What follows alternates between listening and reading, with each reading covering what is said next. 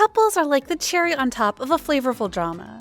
They give us single asses nice fantasies about love, and soothe our struggles in our daily lives. But what if the couples themselves are a struggle to watch? Well, these couples are exactly what we're discussing in this video. First, let's start with couples that are not inherently wrong, just they're severely lacking in chemistry.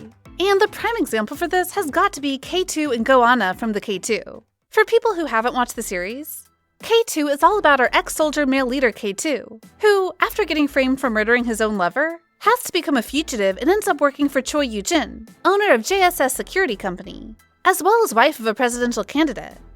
Yoo-jin is perhaps one of my most favorite K-drama characters in history. But anyways, this leads us to the female lead Go-ana, aka Yoo-jin's stepdaughter, kept hidden away from the public eyes and under constant surveillance of her cruel stepmother. And like many classics of Korean television, K2 ended up falling for Anna, going against the aim of his employer. He found charm in her cuteness and her naivete, while Anna was this total damsel in distress that, of course, developed feelings for her knight in shining armor.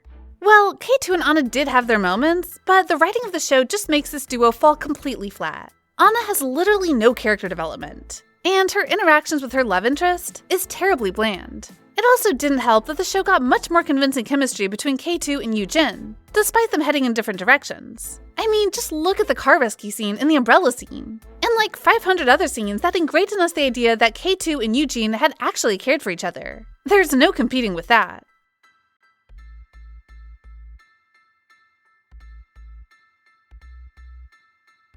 Aside from K2 though, a couple that also lacks chemistry is none other than number 2, Moon-young and Ah-ro from Huarang.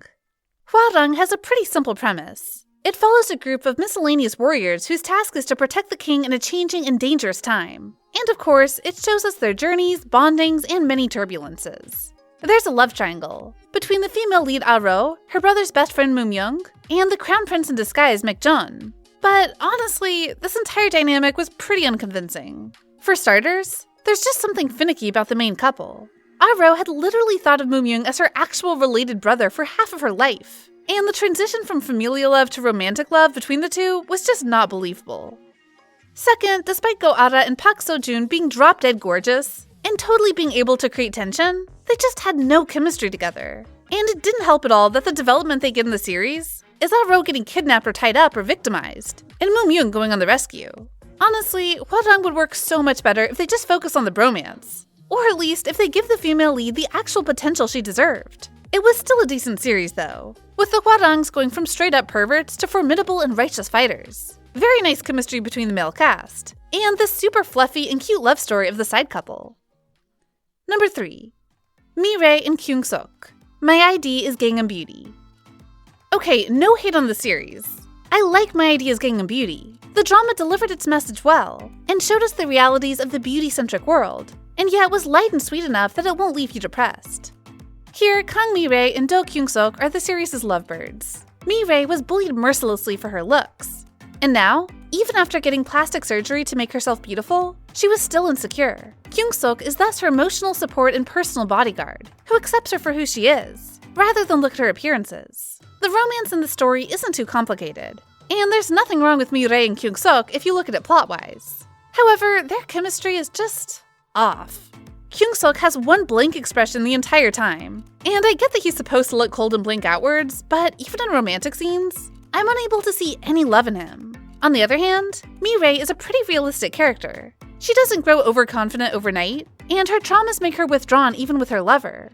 But most of the time, she displays discomfort rather than vulnerability. So yes, while the series is good and Mirai and Kyungsok are a well-developed couple, all the rescuing does get boring every once in a while, and their chemistry is not exactly believable. On the other hand, Nabi and Jae-on of Nevertheless have such overflowing chemistry that people even suspect the actors of actually dating. But the premise of their relationship is pure toxic. You know the drills. Nevertheless follows Yu Nabi, an art student who just experienced a failed relationship. And in her attempt to escape the shadow of her past, she falls into the arms of resident playboy Park Jae-on. And well, it gets complicated. Yes, the couple's on and off nature, the tingling feelings of love me or love me not, the push and pull does make the drama interesting. There's also a jaw-dropping number of steamy scenes, from sensual makeout sessions to never-ending intimacy. It's that friends with benefits with unwanted feelings trope that many people love. However, the more the story unfolds, the more we understand how toxic the relationship is. Jaeon is undeniably a jerk. He drops his date, flirts with people for fun, and gives mixed signals. He's a walking red flag. And the very rushed character arc in the final episodes barely did anything to assuage his flawed character. Nabi, on the other hand, was fresh out of an abusive relationship, and thus ignored all of the signs. She has constant doubts throughout the entire series, and yet is unwittingly drawn to Jaeon, which was why they still ended up together. Well, I didn't hate nevertheless, and there's nothing wrong with wanting a bad boy, good girl love story every once in a while. Just remember that bad guys don't get fixed that easy. Which brings us to couple 5, Unsung and Kim Tan from The Heirs. The Heirs is a typical love story. Rich guy meets poor girl, rich guy loves poor girl, rich guy chases after poor girl, and they even share the same house. It's cute when you first watch it, but honestly, the relationship between Unsung and Kim Tan seems pretty off from the second watch. The two's first few encounters are quite cute and memorable, but it got progressively worse from there. Once Kim Tan falls for the girl, there's nothing stopping him, and he carries out all these classic chaebol moves that know no boundaries. And, well, they honestly borderline on being obsessive at times, making Kim Tan seem like a complete control freak, who would stalk and drag his love interest everywhere against her will. Worst of it all, he showed no development throughout the entire series, and the female lead just allows him to. She doesn't reject his advances, does nothing when he hurts her, and lets him go all, if you really loved me, you would do this and that for me. Compared to the second lead, Choi Young-do, who was a jerk at first, but grew to be decent as the series went on, Kim Tan and Unsung just feel like two plot devices without any real personalities, except for their love for each other. And it didn't help that they also don't look like they're actually in love.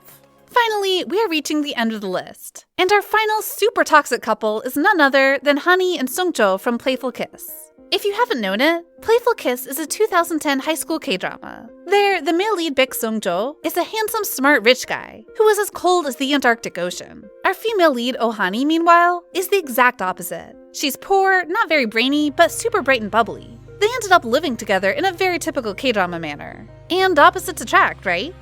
Well, yes, in theory. Unfortunately, Sungjo seems more annoyed by Honey than everything else. He's rude to her even as the series ends, and is just too apathetic. Honey, on the other hand, only has Sungjo on her mind, like her entire character is just her love for him. And this dynamic continued even after their marriage, which, in hindsight, seems like a huge power imbalance that I wouldn't recommend in real-life relationships. Well, considering it has been over a decade, I wouldn't call Playful Kiss necessarily bad, just perhaps a little outdated. Still, it was concerning that Sungjo and Honey were once considered romantic. So what are your opinions of these K-drama couples? Did you enjoy them, or did you also find them lacking? Don't hesitate to express your opinion in the comment section.